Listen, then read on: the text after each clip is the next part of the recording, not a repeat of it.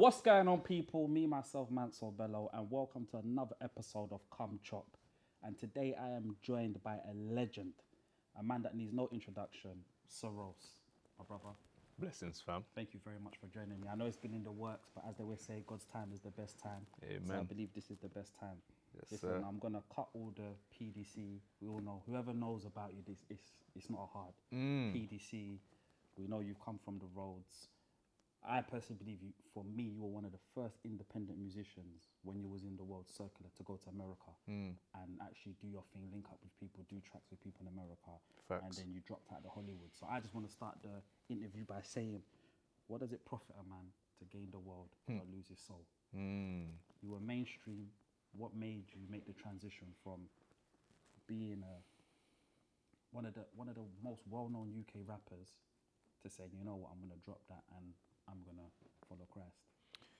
Truth, bruv. One word, truth, you know what I mean?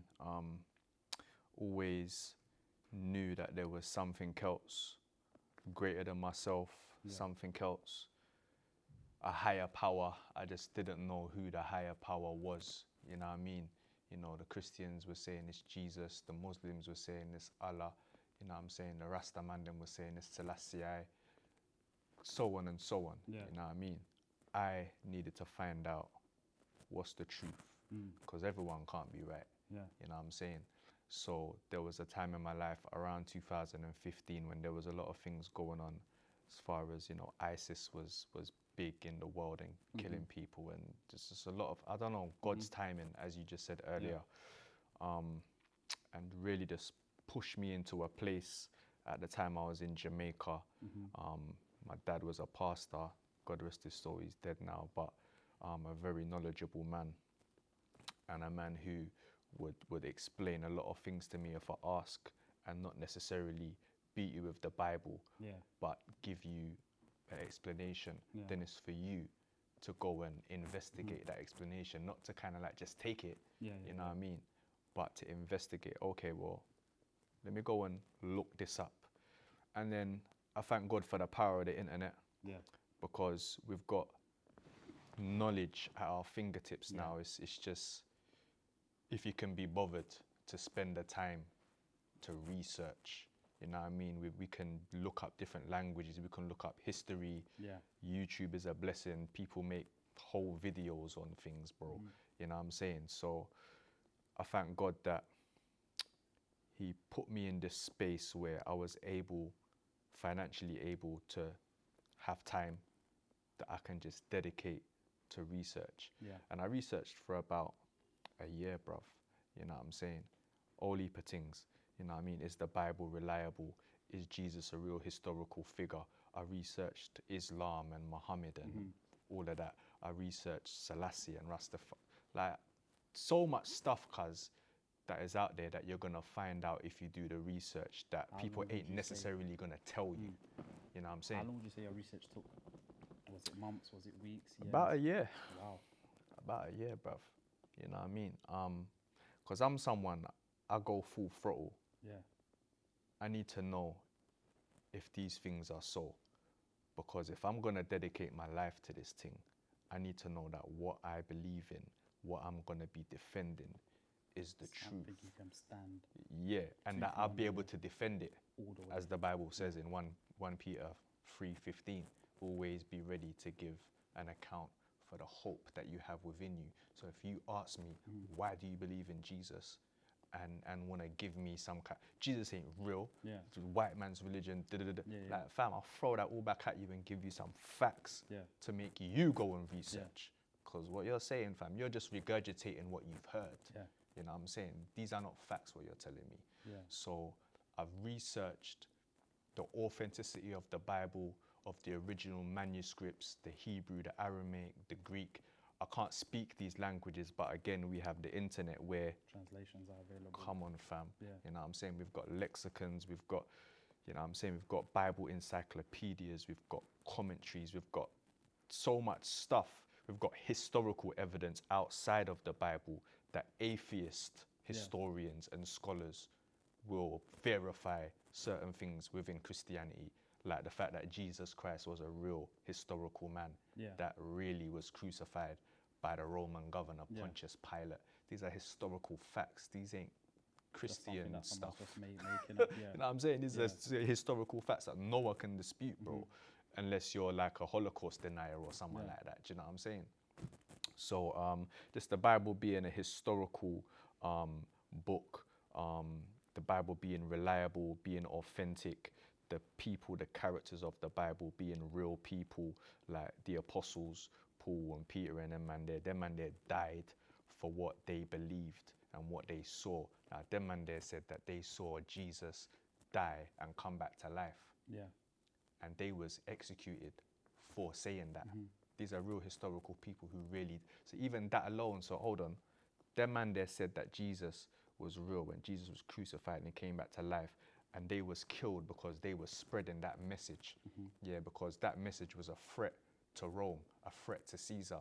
Yeah. Before Rome became a Christian place, before the Emperor Constantine, you know what I'm saying?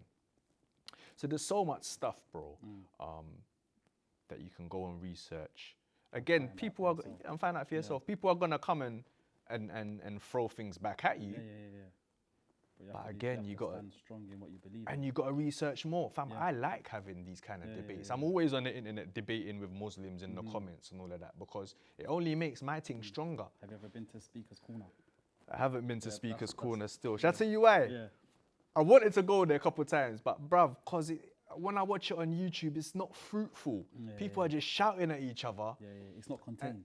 It's not contained and no, like, I learn more by watching online rather than going there and getting into an argument with someone, because it's not, again, I'm just repeating myself, it's not fruitful. No one's getting saved there. People are just, who can shout the louder, who's right, who's wrong, who can make this one look stupid, you know what I'm saying? But I love Speaker's Corner still. I want to ask you two questions. What was the day you actually gave your life to Christ? I was sitting down reading. During this time I was doing the research and all of that. So bro, I would be up all night watching videos on YouTube about like all kind of things, Judaism, Islam, because they're all connected. It's all connected, fam. In some way. You know what I'm saying? Like, for instance, Christianity comes from Judaism, and then Islam sort of comes from Christianity. Kind of comes from Christianity. There's no Islam without Christianity. You know what I'm saying? So all these things are connected. Even the Muslims will tell you that a lot of their prophets are biblical prophets. Abraham, Ishmael, Isaac, even they got a Jesus character. I don't believe it's the same Jesus. They call him Isa. I don't believe Isa is Yeshua HaMashiach. But I'm digressing. I was sitting down reading my Bible one day, reading the Gospel of Matthew. And I was, again, like I said, I'll be up all night. I didn't have nothing else to do but this. This consumed my life, brother. I was sitting down reading the Gospel of Matthew, and then, bruv, all of a sudden, it's like a ton of bricks fell on me. It's how it kind of felt, like this weight that, this is real. Jesus is actually real. What year was this? This is 2015. 2015, okay, Yeah, Jesus died. Like on a cross, he died. He actually died for me and that. You know what I'm saying? And cause I just started to like bawl. Sitting down in my front room, out of nowhere this happened. I was just bawling, cause nose running, everything. You know what I'm saying? And then it just licked me, cause. And then I was in mourning, like I was grieving for the death of Christ. This went on for maybe about an hour or so like that. And then I came out of it and then I was like, but he's alive, he rose again, he resurrected. And then this feeling of euphoria that no weed, no drug, no liquor has ever made me feel like this, no sex, no nothing. This feeling I had, cuz, of euphoria, And then I had that feeling for about 3 days. I remember going to sleep with the feeling and waking up and I still felt like it was just nuts, cuz. And the only way I can describe it to you is like it felt like there was an orchestra inside of me playing this amazing heavenly music. That's the only way I can describe how I felt. And that feeling was with me for about 3 days. You know what I'm saying? My brethren, Dwayne Triumph, said what happened there was I got baptized by the Holy Spirit at that time. Maybe not, but I know that was the point of my life when I became a believer, when I knew, now this thing is real, this is true, and this is what I'm dedicating my life to. I want to ask you, have you watched Malcolm X? Yeah. Okay, so there's a scene in Malcolm X where he's In the prison. not even in the prison, he's come out, and his friend, I believe his friend was it Smokey? He's come to see him preach. He's right at the back. He's right at the back. Spike Lee's character. Yeah, Spike Lee's character. He's preaching, and everyone's clapping. And he meets him after, and he goes, "Yo, that's some good hustling stuff that you done, you know." But if he's talking, he goes, "Hey, like, when I go around the corner and hit a line together, and he's like, "Nah, don't do that no more." He goes, "Okay, cool, let's go and have a drink." He's like, "Nah, don't do that." He goes, "Yeah, let's go and womanize." And he's like, "Bro, I don't do that." Cerose from Brixton, PDC gang member, been to jail, different kind of convictions. Like the street resume is long, it's there. You now turn around on ends and say, "I've given my life to Christ." What was the initial reaction between the man, them, the community? Were people thinking, "Give him 6 months, give him 2 weeks"? Like, yeah, I'll give you £100. Do that move with us or whatever. Boy, how were you received? I don't know, maybe people was thinking that. No one said that to my face, but maybe people was thinking that. I was received, like, people was like, "Do you know what? Cause I'm glad for you, glad you turn your life around, is that kind of vibe, you know what I'm saying?" And I'm like, all right, cool, safe. I'm glad for me too, but I want to be glad for you, fam. Like, you need this gospel route, boy. You know what I'm saying? Just like I need it, you need it, cause like, fam, the wages of sin is death, and without Christ, they're going to hell. There's no nice way to say that, but that's the truth. If we're outside of Christ, we're enemies of God who deserve God's wrath. It's a simple, I deserve God's wrath, but I'm a sinner saved by grace. It's only because of Christ dying on the cross in my place, for my sin. Not because I'm righteous, not because I go to church, not because I evangelize on the corner, not because I make gospel rap music, none of that. We're saved by grace through faith, not of our works, lest any man should boast. You must have had some good debates with the brothers, predominantly because majority of the man them were Muslim. So you've come out, you said, "I'm Christian." Did you ever get into any good debates with the brothers? Definitely. But again, those things are spiritual and yeah, cause certain subjects people get really offended. You know what I mean? Especially when we start going on this Islam thing now, because, you know, the Prophet of Islam, he ain't a good character. You know what I'm saying? And when you start talking about his character, people get offended, bro. So when we have those conversations, now it depends on who it is as well, because there's people, the barbershops are a beautiful place to go for a debate. You don't even have to have a trim. Fam, Barbershop is look at always me. there. Barbershop Like, has fam, always been the platform for us. Go to into the in. barbershop to evangelize, cuz there's the barbershop at the bottom of the road from my church. I go there every Friday just to evangelize, to talk to, like, one of the barbers is a Christian. Loves it when I come in there. You get me, rude boy? So there's certain spaces you can go, and certain mandem, if we're going to talk about Muslims now, who are mature, certain Muslim brothers who are mature, who can have that conversation, and not get you know what I'm saying? emotional. And not get emotional and get in their feelings and want to fight. You get me? But then there's some who ain't mature, don't necessarily even know their thing. They just know a bit, you know what I'm saying? Because they haven't grown up in Islam, they're just converted. So they don't even really know the thing. They don't even know Muhammad was a white man, you know what I'm saying, for instance. Muhammad is a white man, you know what I'm saying? I don't know things like that. And Muhammad had black slaves, they don't know things like that. Muhammad had a child bride, they don't know things like this, bro. You know what I'm saying? And you're going to say certain things and man will get triggered. Like, Astaghfirullah, and all the Arabic that they've learnt starts coming out, and like, bro, what are you talking about? It goes back to go and look it up. At the beginning, exactly. Research. You have to research, and you have to do your due diligence. Yeah, bro. Let's jump into the music now. As a gospel artist coming from the mainstream, how have you navigated and how have you found it? And one thing I want to ask you is, sometimes as musicians you're not taken serious, or sometimes, you know, they gravitate to this person, gravitate to that person, you're not getting the look in. How often have you had to hold the PDC Cerose back? Yeah, a lot, you know. Yeah. A lot, especially in the early days, cause Yeah. like when I first became a believer, I'm still a work in progress, obviously, you know what I mean? I have not arrived, and I'm not gonna arrive until the Lord takes me home. Yeah. You know what I'm saying? Because we're always a work in process through that process of sanctification. But to answer your question, a lot, you know, because you know you're making good music. Like, I'm not full of myself, but I Yeah. know I can rap. Yeah. I know I make good tunes. Yeah. You know what I'm saying? So when you feel like that's not penetrating through certain avenues, or certain DJs or platforms ain't picking it up, Yeah. and like, raw, hold on, then the flesh comes into it, Yeah, innit? yeah, Do you know who I am though? No, this man. You know what I'm saying? yeah. But then you gotta reel it in and, you know, hear the Lord talking to you, you know what I mean? But who are you though? Who Yeah. are you really? You're a servant of the Lord. Yeah. So act like it, be Christ-like. Yeah. You know what I'm saying? Be a servant, just do it. The Lord sees what I'm doing. And ultimately, if this is for God, whatever I do, whether it's making music, writing books, preaching on the corner, doing stuff at my church, if I'm doing it for God, then let God do what he's gonna do with it, innit? I will get my reward when I meet the Lord. Yeah. You know what I'm your saying? mansions.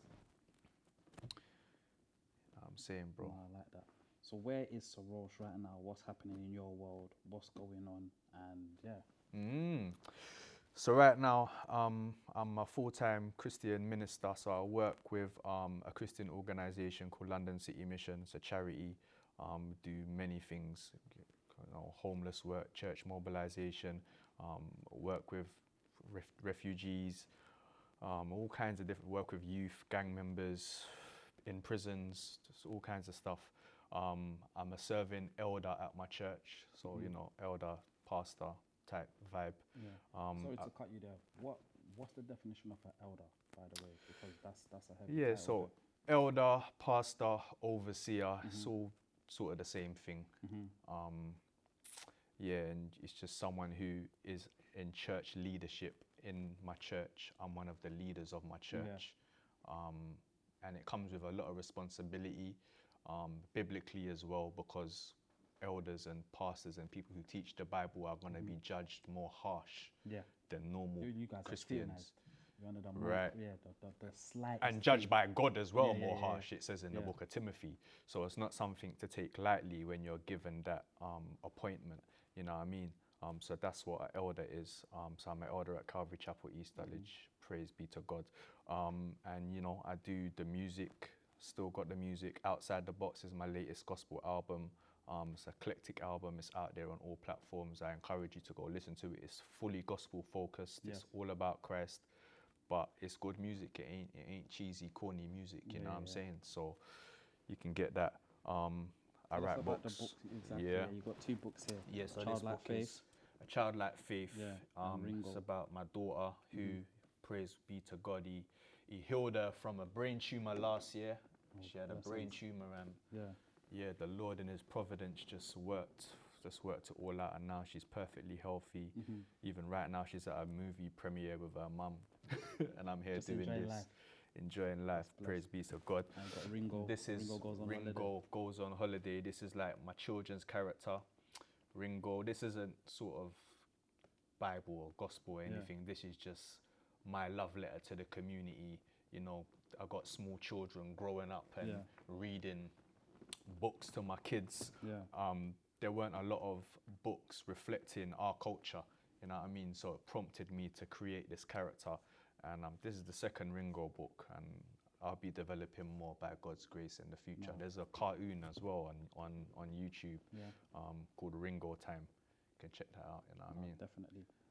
What would you say to young kids watching now, or even parents watching, and they're saying, you know, I've got a child that's on the roads, or there's a kid that's battling, or, you know, sometimes they're just scared to be themselves. You that's been through it, you that's seen it, what kind of advice or message would you give them? Yeah, I'd say keep praying, man. I'd say never underestimate the power of prayer. Prayer. And if you don't know how to pray? Yeah, but praying is just talking to God. You don't have to be praying in tongues. You know what I mean? You don't have to be kneeling down. You don't have to even have your eyes closed. You know what I'm saying? You can pray anywhere. You can pray in your mind, or you can pray out loud. You know what I'm saying? And it's just talking to God.